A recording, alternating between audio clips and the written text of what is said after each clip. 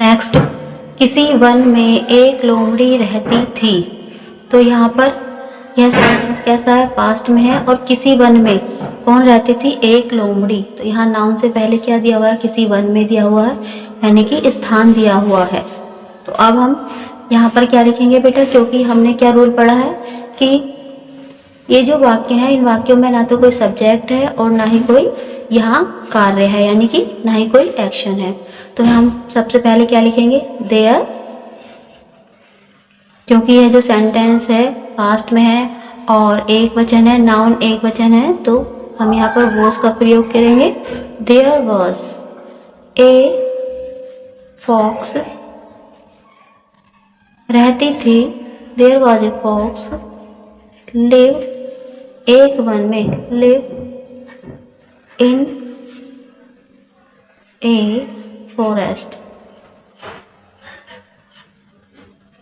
तो किसी वन के लिए हम ए फॉरेस्ट भी लिख सकते हैं। तो there was a fox live in a forest.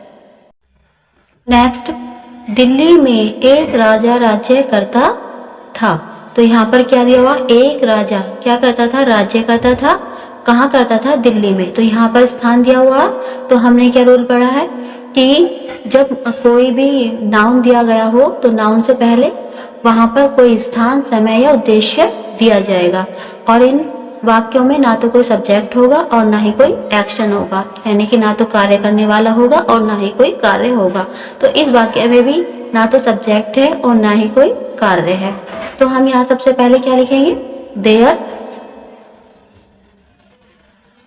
क्योंकि सेंटेंस जो है ये पास्ट में है और यहाँ जो हमारा नाउन है एक वचन करता है, तो यहाँ इसलिए क्या आएगा, there was a king, a king, there was a king, राज्य करता था, यानी कि राज्य करने को क्या कहते हैं,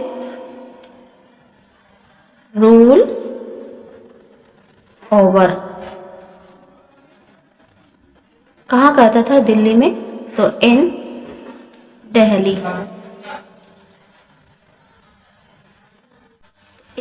इस वाक्य में क्या है, एक सच्ची व पुरानी कहावत है।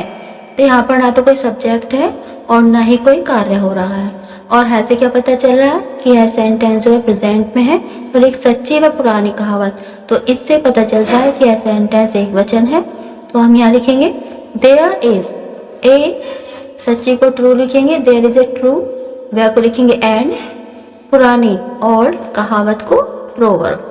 There is a true and old proverb.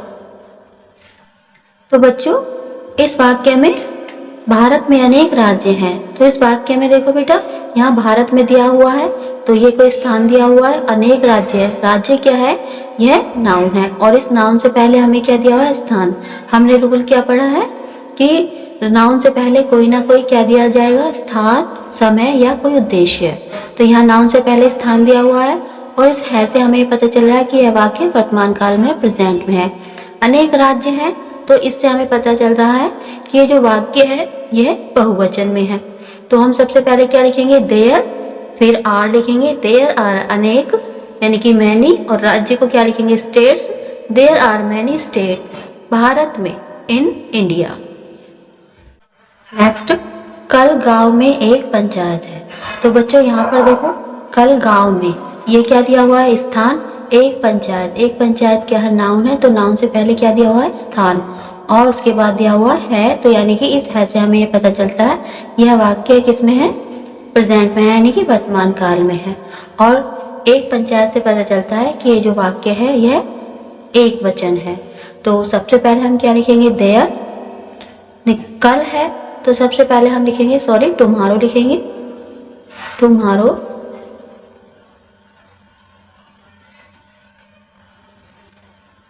टुम्हारो, यानी कि आने वाले कल की बात हो रही है इसलिए टुम्हारो लिखेंगे, टुम्हारो। देयर इज एक पंचायत, तो पंचायत को बोलते हैं meeting, there is a meeting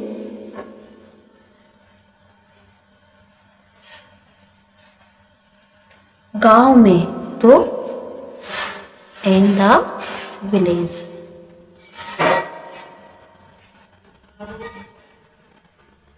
full stop. तो कल यानी आने वाले कल के लिए है, इसलिए टुमारो लिखेंगे। Tomorrow there is a meeting in a village. तो नेक्स्ट है बेटा, बस में बड़ी भीड़ थी।